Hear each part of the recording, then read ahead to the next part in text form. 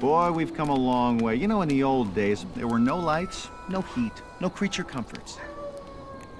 Just creatures. Everyone comfy? No, sir. Not at all.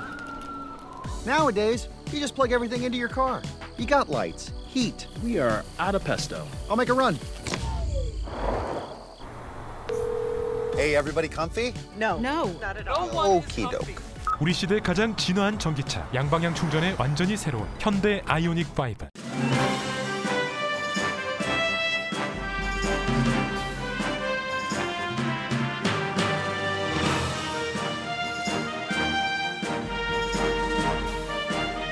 가을이 다가오는 9월, 라디오 서울과 함께 건강하고 활기찬 계절 맞이하세요. 강혜신의 오늘의 미국.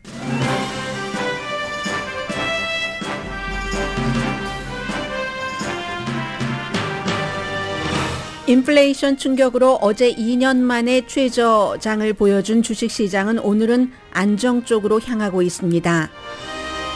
다음 주 열릴 공개시장위원회에서의 이자율 인상폭이 0.75%가 아닌 1%가 될 것이라는 예상이 어제보다 오늘 조금 강해졌습니다.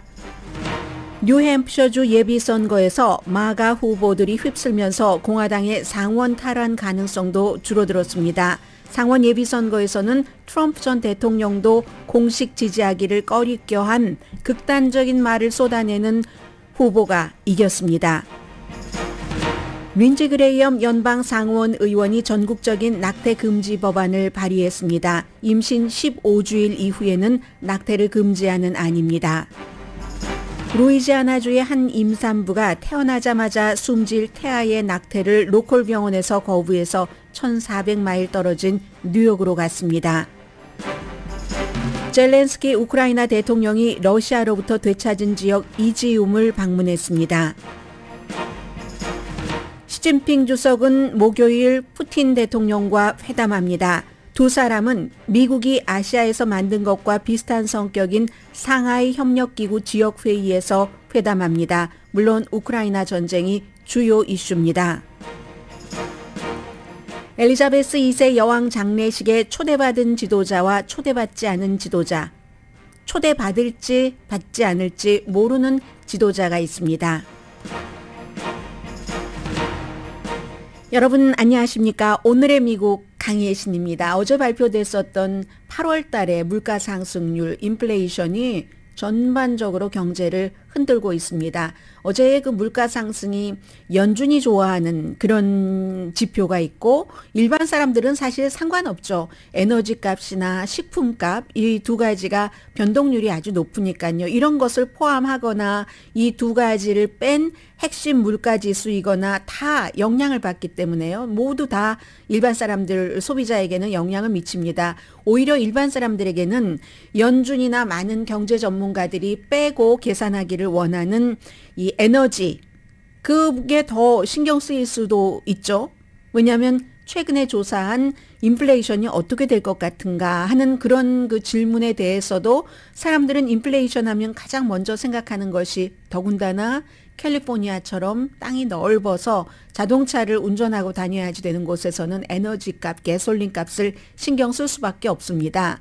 그래서 기본적으로 발표되는 데이터는 물가지수, 인플레이션도 일반 전반적인 인플레이션과 핵심 물가지수, 에너지와 식료품비는 뺀 이 두 가지로 나뉠 수 있는데 이렇게 보거나 저렇게 보거나 인플레이션이 연방준비제도가 목표로 하고 있는 2%까지 가려면 너무나 먼 길입니다. 그러니까 거기에 대해서 주식시장도 반응을 하고 또 일반인들도 마찬가지로 똑같이 반응을 할 수밖에 없습니다. 물가 상승의 오랜 요인인 중고차 자동차 값이 조금 안정이 됐고 그리고 이제 뭐 공급망 혼란도 어느 정도 정리가 됐고 제조업도 조금 활기를 띠고 있고 그렇게 사라지지만 중요한 이 그 연방 전문가들이 정책 결정을 할 때 그리고 또 경제 전문가들이 앞으로 경제 전망을 할 때 보고 있는 핵심 물가 지수는 굉장히 그 실망스러웠기 때문에요. 전체적으로는 7월부터 8월 한 달 사이에 물가가 0.1% 상승됐고 1년 전에 비해서는 8.3% 증가됐습니다. 물론 6월 달에 9.1%라는 40년 만에 최고의 물가 1년 대비 증가율보다는 그 증가폭이 낮기는 했습니다. 그런데 전문가들이 보고 있는 것은 변동성이 큰 식품이나 에너지를 제외한 핵심 물가지수이기 때문에 그 핵심 물가지수는 7월 달에는 0.3%가 올라갔는데 8월 달에는 2배입니다. 0.6%가 상승해서 지난 5개월 사이에 가장 높은 그런 것을 기록을 했고요. 1년 전에 비해서는 7월 달에 이 핵심 물가지수는 5.9%가 상승했는데 8월 달에는 이것도 6.3%로 높아졌습니다. 전문가들이 이 핵심 물가 지수를 보는 것은 인플레이션이 경제 전반에 걸쳐서 우려할 수준이다 하는 것을 판단을 하는 기준이다. 이제 뭐 이게 상식적으로 알고 있는 것이고요. 해서 만약에 8월에 핵심 물가지수 상승 한 달 전보다 0.6%, 1년 전보다 6.3% 이것이 계속된다면 그러면 이제 한 7.4% 1년이 지나가도 그 정도가 된다는 겁니다. 그렇게 될 때는 2% 인플레이션 연방준비제도가 가장 좋아하는 이것의 3배하고도 조금 넘잖아요. 그렇기 때문에 이게 뭔가가 자동적으로 조정되길 바라는 게 아니라 조치가 있어야지 된다 하는 것이고 이게 깜짝 놀란 일이었기 때문에 어제 뭐 다우지수 거의 1300포인트 나스닥 지수도 뭐 4.4%가 내려갔잖아요. 팬데믹 이후에 팬데믹이 일어나고 2020년 2월, 1월 말부터였으니까 그리고 나서 뭐 6월 달에 최저점을 기록했는데 그때 이후에 어제가 하루의 하락폭으로는 최저였습니다. 그 부분에 대해서는 이제 9시 35분경에 조금 더 전해드리기로 하고 이렇게 40년 동안 최고의 물가 상승률에 대해서 연방준비제도가 통제하기가 무척 어려워졌습니다. 어떤 부분은 값이 올라가지 않는 것도 있습니다. 일부 카테고리는. 그런데 더 이상 값이 올라가지 않는 품목은 너무 많이 올라갔기 때문에 더는 올라갈 수가 없기 때문에 안 올라가는 그 정도고요. 그러니까 물가 상승이 되니까 일하는 사람들은 회사에 아니 이렇게 됐는데 우리 집도 먼데 뭐 가솔린 값도 그렇고 요즘 가솔린 값은 좀 그렇다지만 여전히 뭐 물가가 전반적으로 비싸서 이거 힘든데요 하면은 봉급을 올려줄 수밖에 없습니다. 지금도 일자리와 일자리를 찾는 사람 가운데서 일자리를 찾는 사람이 일자리가 2개씩 있다고 하잖아요. 한 사람당 아직도 지금 그 수준이기 때문에 봉급을 올려줄 수밖에 없고 그러면 기업은 그 봉급을 그냥 인마이 파켓에서 주겠습니까? 그건 아니잖아요. 여기가 아니라 물가 그 가격을 물건값을 올려서 주게 되는 거고 그러면 또 그 봉급이 조금 오른 사람들은 아 뭐 괜찮나 하고 전체적인 또 뭐 수치, 물가 인상 이런 건 따져보지 않고 또 돈을 쓰죠. 악순환의 연속인 겁니다. 그래서 물가 상승률이요. 지난해 8월에서 올해 8월까지 가장 심했던 곳은 피닉스입니다. 애리조나 13%가 늘어났고 그 다음에 애틀란타. 이게 전부 민주당에는 좋지 않은 그 곳이네요. 선거 지역구에서 그곳이 많이 그 핫한 스팟인데 이렇게 그 물가 상승률이 높으니까 그 다음에 뭐 마이애미, 휴스턴, 로스앤젤레스 한번 보죠. 로스앤젤레스는 7.6%니까 오히려 미국 전국 평균 8.3%보다 지금 물가 상승률이 1년 전에 비해서 로스앤젤레스는 낮은 편입니다. 뉴욕도 더 낮죠. 6.6%. 전국 평균이 8.3%인데 그런데 어쩌면 로스앤젤레스나 뉴욕 같은 데는 너무 많이 가격이 올랐기 때문에 그런 현상이 나올 수도 있습니다. 그러면 주식시장에 영향 미쳤죠? 정치적으로도 지금 2달 남지 않았기 때문에 후보들은 굉장히 신경을 쓰게 될 겁니다. 근본적으로는 인플레이션의 이 추세가 완화되는 것이 보이지 않는다는 것이 8월 달에 증명이 됐기 때문에 그리고 가격 상승이 소비에 의한 거 사람들이 물건을 어쨌든 쓰는 겁니다.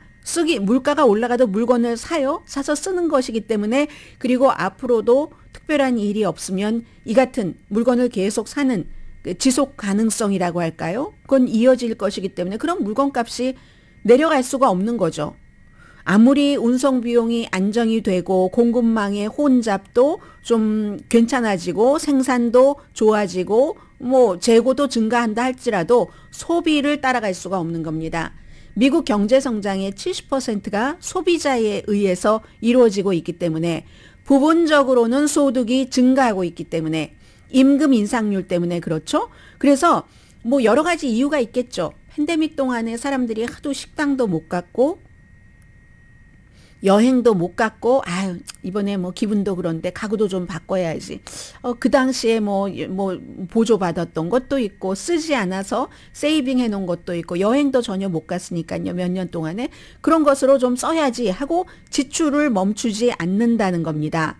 8월 달에 그 임금은 수입은 1년 전에 비해서 6.7%가 증가했는데 이 임금 증가폭은 지난 역시 40년 만에 가장 큰 폭입니다. 고용주가 걱정을 하는 거죠. 좋은 사람을 빼앗길까?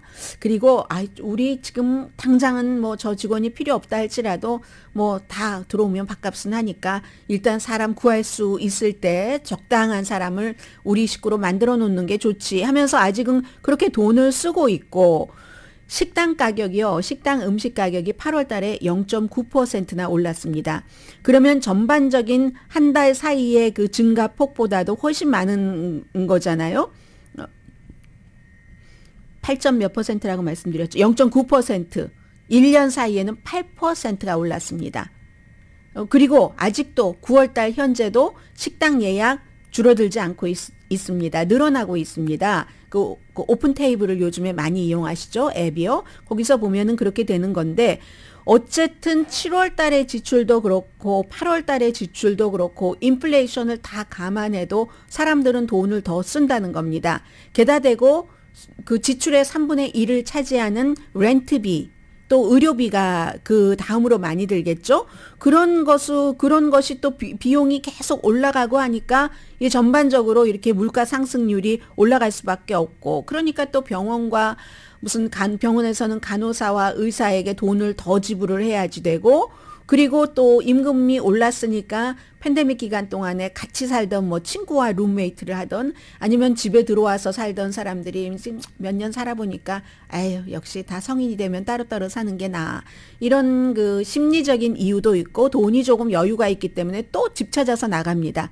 그러니까 렌트비가 수요와 공급의 원칙에 따라서 또 오르고 렌트비는 지난해에 비해서 6.7%가 증가해서 올라서 1986년 이후에 그 증가폭이 최대치입니다. 그렇기 때문에 이 문제를 어떻게 하는가. 그리고 또 하나는 지금 그 투자은행 그 제프리스의 수석 이코노미스트 아네타 마코프스카 씨가 뭐라고 얘기를 하냐면 소비자의 수요는 여전히 강하고 그리고 심지어 소매업체들도 지금 꼭 가격을 올려야 될 때여서 올리는 게 아니라 올릴 수 있기 때문에 올린다라고 평가를 했습니다. 마켓을. 사람들이 사니까. 안 사면 세일하죠. 가격을 조금 내리기라도 하는데 사람들이 쓰니까 이것을 어떻게 할 것인가. 그래서 인플레이션, 물가 상승률이 지금처럼 수요가 많아서 물가가 계속 올라갈 때는 자연적으로 이게 저절로 해결되지 않기 때문에 저절로 해결될 수도 없고 지금 뭐 가장 큰 폭인 무슨 그 에너지, 가솔린 값 같은 것은 이미 많이 그 내려갔고 그런 것에 의해서 이 물가 상승이 주도될 때보다도 더 연방준비제도에서 과감하게 행동을 해야 된다라는 얘기를 합니다. 그럼 그 행동이 뭐겠습니까? 연방준비제도에서 연방 차원에서 물가 인상을 인플레이션을 잡기 위해서 할 수 있는 유일한 방법은 통화정책 인플레이션을 막기 위한 이자율 인상입니다. 수요를 좀 줄이기 위해서는 이자율을 인상해서 실업률이 높아질 수 있다는 거죠. 이자율을 인상하니까 기업이 돈을 빌릴 때 그게 비싸지니까 일반 사람들도 다 마찬가지지만요. 자동차를 리스할 때나 또 집을 살 때나 작은 물건, 가전제품도 요즘 할부로 많이 사시는데 그런 거 모두 늘어나기는 하지만 그래도 크게는 기업에서 돈까지 빌려가면서 투자하고 뭐하고 할 수가 이제 없어져야지만 이 실업률이 연준의 목표대로 2%로 갈 수 있는가? 그때는 이제 또 경기 침체를 걱정을 하죠. 그런데 지금 미래에 올 경기 침체보다 당장 이 인플레이션 어마어마한 물가 그 상승률을 잡지 못하면 안 된다 하는 것이 연준의 목표라고 연방준비제도의 여러 그 이사들이 뭐 계속 지금 얘기를 하고 있습니다.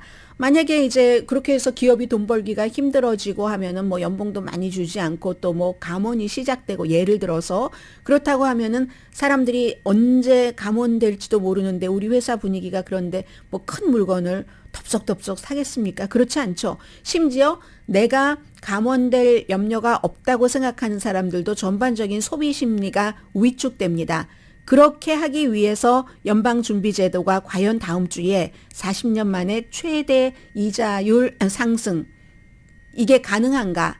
0.75%포인트가 아니라 어제부터 솔솔 얘기가 나오더니 오늘은 1%포인트 다음 주에 이자율을 올릴 수도 있다는 얘기가 조금 어제보단 커졌습니다. 물론 아직까지는 0.75%포인트 이자율 인상을 할 것이라고 보는 전문가들이 더 많습니다만 노무라 증권 같은 데서는 1%로 보고 있습니다.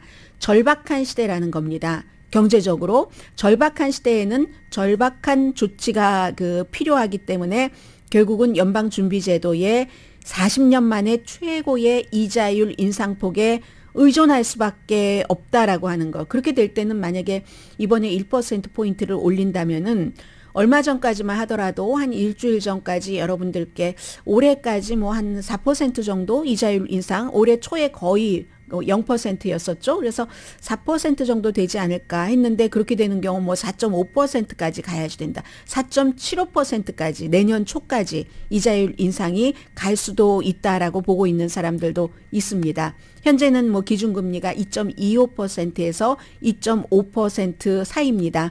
그렇게 되면은 이제 그야말로 뭐 모든 기업 대출에서부터 일반 사람들 융자 받는 데까지 다 이자율이 올라가는 거고요. 그리고 노무라 증권의 경제 전문가들은 이 1% 과감한 행동이 있어야지만 된다. 노동시장도 너무 과열됐고 임금 성장도 이렇게까지는 지속하기 불가능하다. 지금 캘리포니아주의 경우는 패스트푸드, 맥도널드를 포함한 패스트푸드에서 일하고 있는 직원들을 최고 $22까지 내년 초부터 줄 수 있는 것인가. 이게 지금 협의가 되고 있고 또 많은 곳에서는 반대를 하고 있고 하는데 이런 그 임금 상승이 언제까지 계속 갈 것인가 지속 불가능할 수도 있다라고 얘기를 하고 있고요. 어쨌든 연방준비제도는 노무라 증권은 궁극적으로 내년 초에 기준금리를 4.75%까지 올릴 것으로 예상을 합니다. 그러면 일주일 전에 8월 달에 물가 인상폭이 발표되기 전에 4% 정도보다 0.75%포인트가 올라가는 그런 것입니다.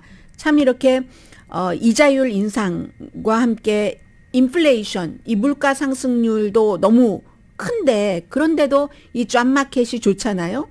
이 두 가지가 동시에 유지가 될 수 있을까요? 전문가들은 오래 유지되기 힘들다고 봅니다. 두 가지, 하나는 이자율을 올려서 그게 그거일 수도 있지만 그리고 두 번째는 실업률이 좀 높아지지 않고는 일자리를 잃어버리지 않고 미국이 인플레이션에서 벗어날 수 있는 그런 방법은 없다고 보는 거죠. 참 그다지 밝지는 않은 경제 전망입니다.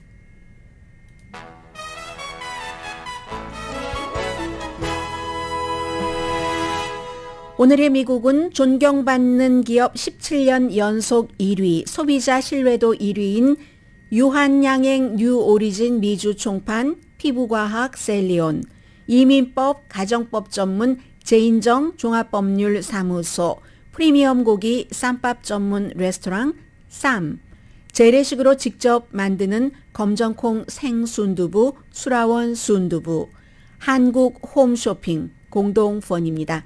잠시 뒤에 미국의 이제 중요한 뭐 정치적인 흐름, 사회적인 흐름 전해드립니다.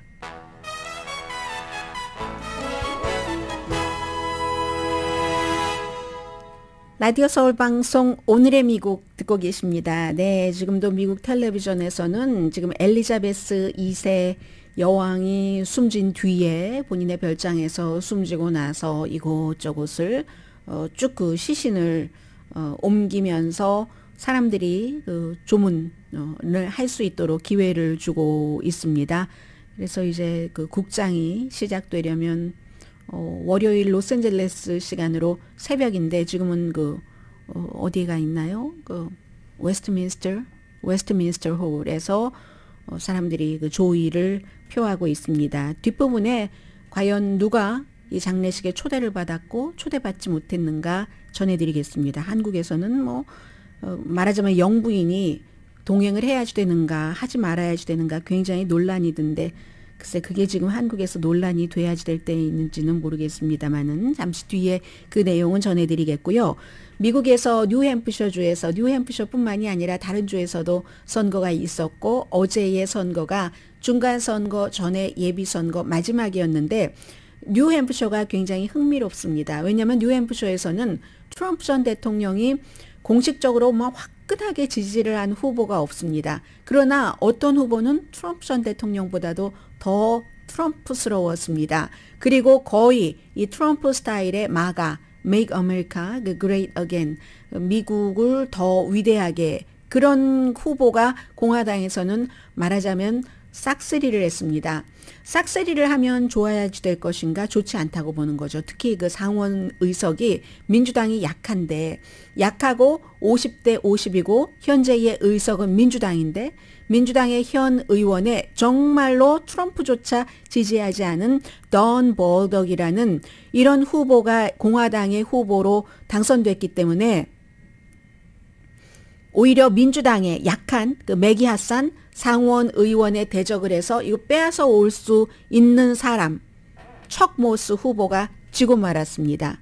하원에서도 역시 굉장히 그 강한 그런 그 극우 성향의 후보가 이겼고 뭐 상원이나 하원뿐만이 아니라 다른 그 선거에서도 마찬가지였습니다.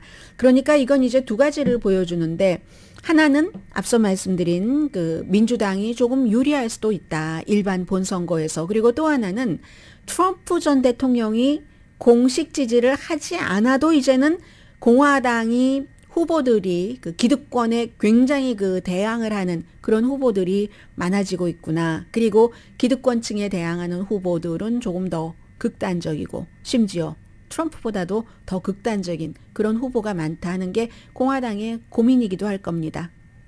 굉장한 또 사우스캐롤라이나주가 지역구입니다. 린지 그레이엄 연방 상원의원은 어제 많은 공화당에서도 걱정을 했는데 어차피 통과되지도 않을 법안을 왜 만드나?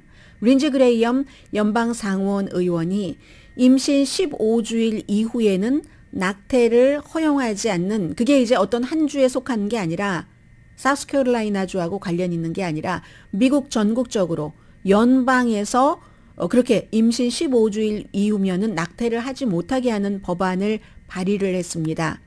그 이전에 6월 달에 연방 대법원에서 판결을 내리기 전에는 보통 임신 22주일, 23주일, 뭐 많게는 24주일까지 연방 전체적으로 그 낙태가 허용이 됐었는데 이 임신 20주일 넘어가고도 허용이 되는 것은 사실은 미국이 다른 그 선진 국가보다는 조금 기간이 긴 편이기는 합니다. 그리고 보통 한 12주일 정도의 보통은 그렇게 낙태를 하게 되는데 어쨌든 전에 22, 23, 24주일에서 지금 임신 15주일 이후에는 낙태를 하지 못하는 그러한 낙태 법안을 발의했다는 것은 대부분의 공화당주에서는 15주일보다도 훨씬 작은 임신 뭐 6주일 이후에 안 된다던가 그것도 거의 예외를 두지 않는다던가 강간이나 근친상간이라도 심지어 산모의 생명이 위험해도 그거 굉장히 꺼려하는 주도 있습니다. 드물기는 하지만 그런 때 15주일 이후에는 낙태를 할 수 없다는 법안을 발의했다는 것은 어쨌든 이게 그 아주 그 뭐라고 할까요? 전반적인 여론과는 딱 맞는 건 아니죠. 여론은요, 가장 최근의 여론이 한 57%가 6월달 연방 대법원에서 그동안 여성의 낙태 권리를 전국적으로 보장을 했었던 것을 뒤집고 주가 맘대로 해라 하는 판결에 반대합니다. 57%입니다. 그리고 그보다 조금 더 많은 62%는 모든 또는 대부분의 케이스에서 낙태가 합법화돼야지 된다라고 생각을 합니다. 왜냐하면 낙태하는 이유는 여러 가지가 있잖아요. 나이가 어려서, 아니면 경제적인 문제 때문에, 산모의 건강 때문에, 아니면 태어날 아이의 어떤 그 건강 때문에 등등 사람마다 다 케이스가 다르니까. 그래서 62%는 모든 또는 어떤 케이스의 낙태가 합법화돼야지 된다고 생각하는데, 린지 그레이엄 의원은 15주일 이후에는 낙태 불법화, 전국적으로 통일하는 법안을 내놨습니다. 법으로 제정될 가능성 거의 없습니다. 왜냐하면 이게 상원, 항상 중요한 사람이 그 리더잖아요. 미치 매코넬 연방 상원 의원이 이것을 쉽게 해주지 않도록 그런 그 마음을 갖고 있기 때문에, 왜냐하면 뭐 필리버스터 같은 것을 없애는 게 아니라 60표 찬성이 있어야지 되는 거거든요. 공화당 내부에서도 이것에 찬성하지 않을 의원들이 많을 뿐더러, 그리고 공화당이 다 찬성을 해도 민주당이 10표를 가져가야지 되는데 50표도 못 받을 겁니다. 그렇기 때문에 안 되는데도 불구하고 본인은 사우스캐롤라이나라는 아주 그 보수적인 어떠한 그 주에서 임신 6주일도 아니고 22, 23, 24주일도 아니고 그 중간 어디에선가 그림을 그려주겠다는 그런 그 뜻이겠죠. 60일도 중간 선거가 남지 않은 이 시점에 그러니까 이제 뭐 백악관 또 민주당의 그 고위 정치인들은 당장 비난을 했죠. 뭐 50개 주 전체에서 여성의 권리를 박탈하는 그런 국가적인 낙태 금지 법안을 발의를 했네. 린지 그레이엄 중진 의원이 이렇게 얘기하면서 이 법안은 미국인들이 믿고 있는 것과 크게 어긋난다. 그 말은 크게 틀리진 않습니다. 앞서 말씀드린 여론조사 결과에 따르면. 그리고 오늘 그 유럽에서 많이 보도하고 있는 것 가운데 하나가 루이지아나주의 36살의 낸시 데이비스라는 여성이, 제가 이 경우는 이름을 말씀드립니다. 왜냐하면 본인이 다 얼굴도 공개하고 있으니까. 이 여성이 1400마일을 낙태를 하러 갔는데, 이 여성이 낙태를 하려고 했던 아이는 어떤 아이냐면 태어나자마자 숨질 수도 있는, 태어나자마자 숨질 수도 있는 그 태아의 낙태를 루이지아나주에서는 거부했습니다. 거부해서 1400마일이나 떨어진 뉴욕으로 가서, 뉴욕은 이게 합법이기 때문에 했는데, 원래 루이지아나 그 수도 그 베턴루지 이 근처에 한국 분들도 많이 살고 계시죠.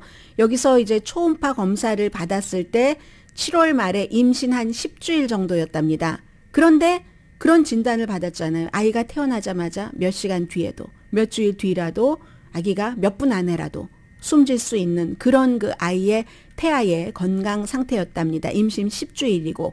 그런데 루이지아나 로컬에서 이거 잘못하면 우리가 벌 받을 수도 있고 벌금을 물 수도 있고 심지어 그 면허권이 박탈당할 수도 있기 때문에 낙태를 할 수가 없다 하니까, 기자들이 루이지아나주의 그 낙태법에 대해서 물어보고 담당자에게 이제 여러 가지를 이제 질문을 한다거나 추궁을 했죠.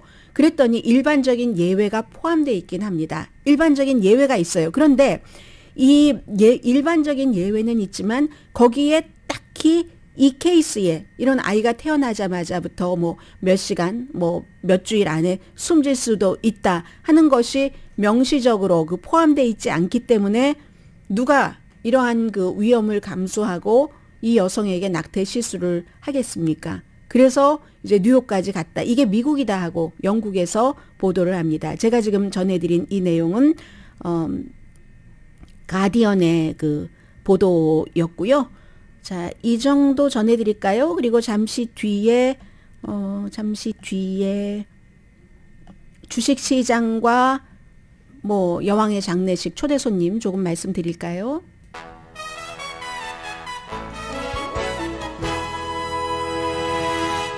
라디오 서울 방송 오늘의 미국 듣고 계십니다. 네, 지금 주식시장 한번 볼까요? 어제 뭐 다우지수가 거의 지금 겨우 20포인트 올라가네요. 제가 방송 들어오기 전엔 그래도 100 이상 올라갔는데 나스닥 72.18포인트 오름세, S&P 500 10.83. 그럼 어제 떨어진 것과 비교하면은 앞에 헤드라인에 제가 안정 쪽으로 가고 있다라고 했는데 파란색은 그린색이지만 그다지 안정이라고 볼 수 없는 정도가 됐네요. 코비드 이후에 가장 큰 폭의 하루 하락장을 기록을 하고 이거 다 회복하려면 뭐 1270몇 거의 1280 정도 다우지수 내려갔었고 S&P 500는 4.4%가 내려갔는데 야, 이거 정말 대단하네요.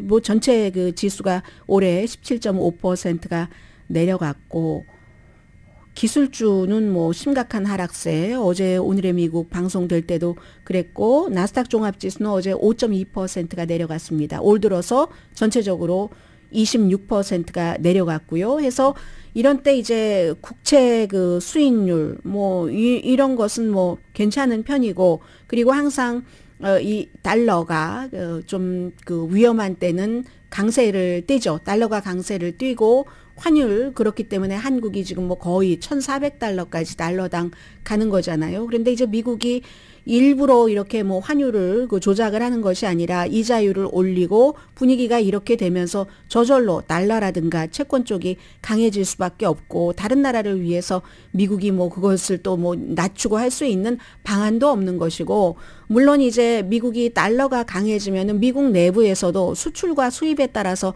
반대의 영향이 있는 것이고 하는 건 그렇습니다만은 어쨌든 기본적으로 지금 미국 정부가 달러를 그 뭐 강하게 하기 위한 정책을 펼친다던가 뭐 국채를 더 강하게 하기 위한 정책을 펼친다던가 그런 게 아니라 부수적인 거죠. 인플레이션 때문에. 인플레이션으로 인해서 이자율을 올릴 수밖에 없고 그런 때 안전한 자산 쪽으로 몰리는 그게 이제 부수적인 영향이라고 보시면 될 것 같고요. 아무튼 이자율 같은 것은 뭐 눈에 띄지 않는 것 같으면서도 주식시장을 결정하는 굉장히 중요한 요소이기 때문에 어쩌면 주식시장의 고민, 주식시장의 출렁거림은 더 이상 이자율을 올리지 않아도 될 것 같네? 그런 시기가 올 때까지는 계속될지도 모릅니다. 그 부분 말씀드리고요.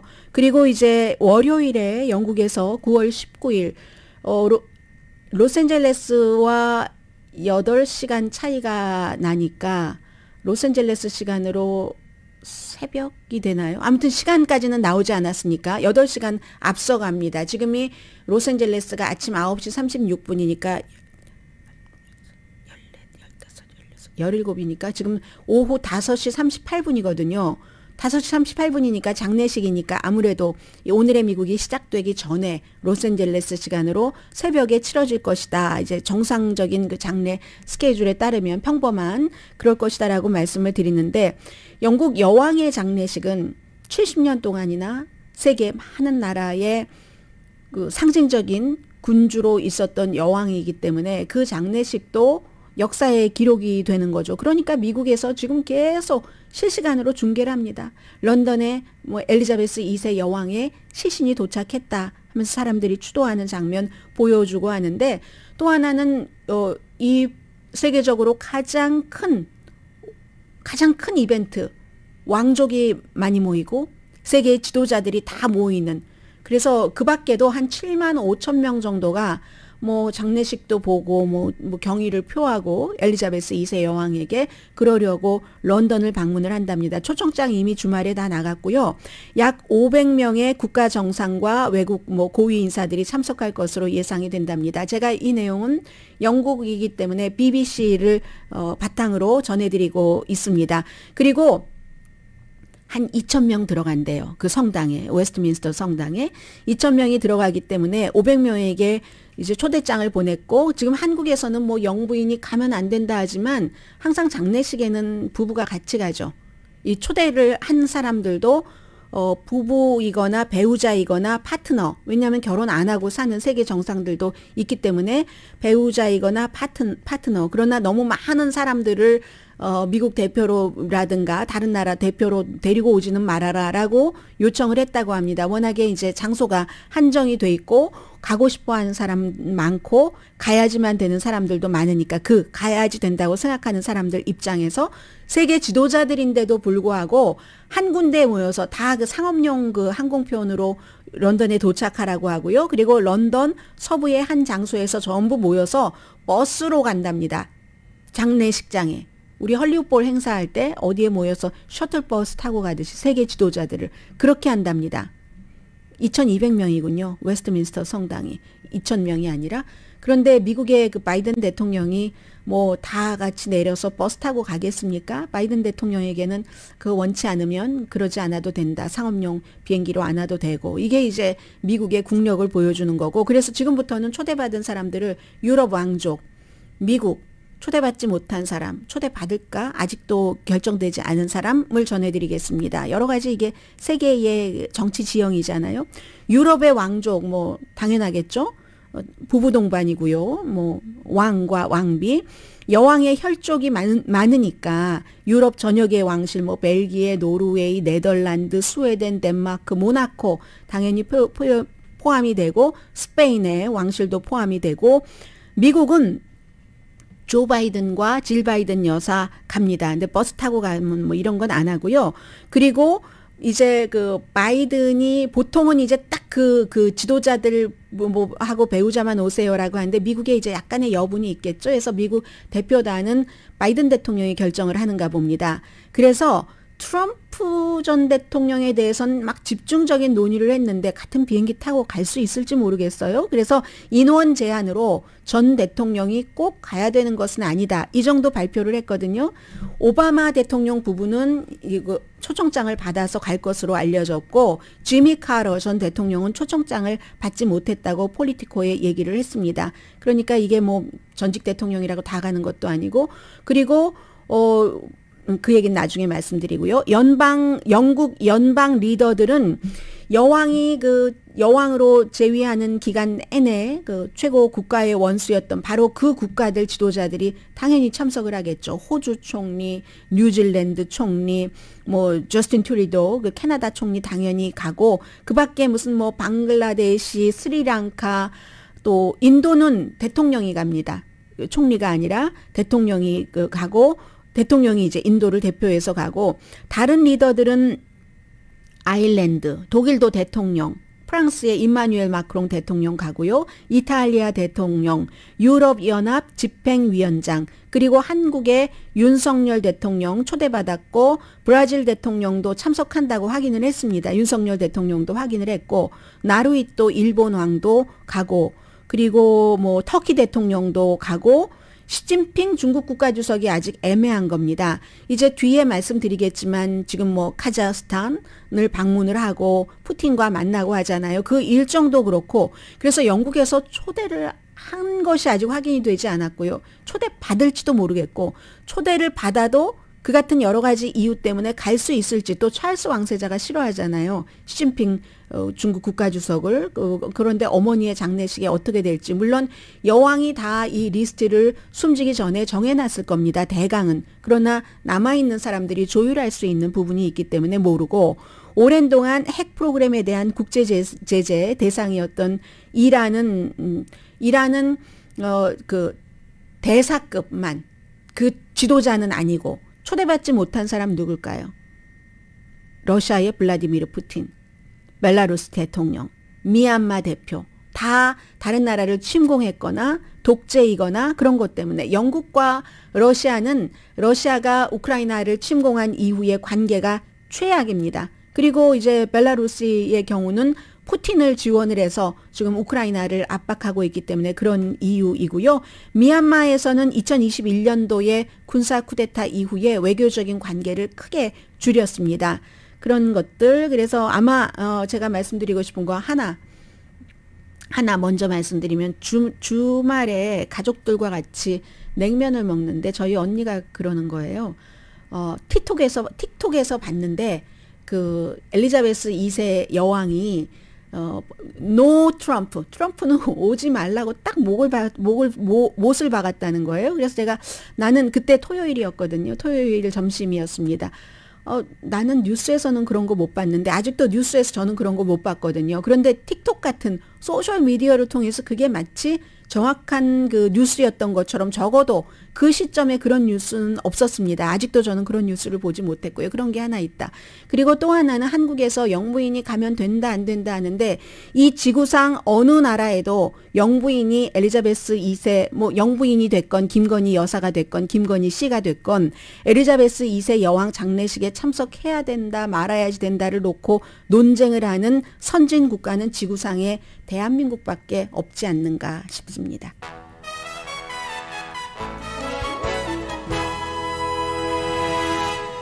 라디오 서울 방송 오늘의 미국 듣고 계십니다. 시진핑 중국 국가주석이 뭐 코비드 19 이후에 처음으로 외국 방문한다. 지난주부터 계속 나왔는데 지금 도착을 했습니다.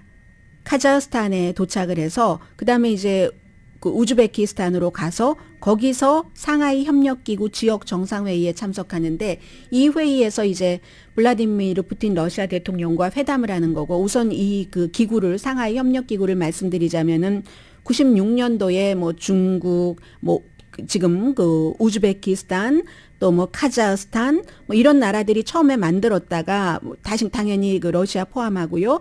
그러다가 나중에 인도와 파키스탄이 들어가고 또 이란이 들어갔습니다. 그래서 지금 이 중국이나 러시아에서 공통적으로 얘기하는 것이 이번 회의에서 두 나라 지도자가 우크라이나 전쟁에 대해서 당연히 얘기를 하고요. 국제적인 또 지역적인 주제에 대해서 논의를 한다. 서방 세계에 대한 대안을 보여준다. 이렇게 밝혔습니다. 그럼 미국이 지금 아시아에서 중국을 겨냥하면서 뭐 인도 태평양 경제협력체 회의라든가 여러 가지를 이 나라들끼리 여러 나라 또 여러 나라 뭐 한 두세 나라 이렇게 하는 것 있잖아요. 그것과 마찬가지 성격이라고 생각하시면 될 것 같고요.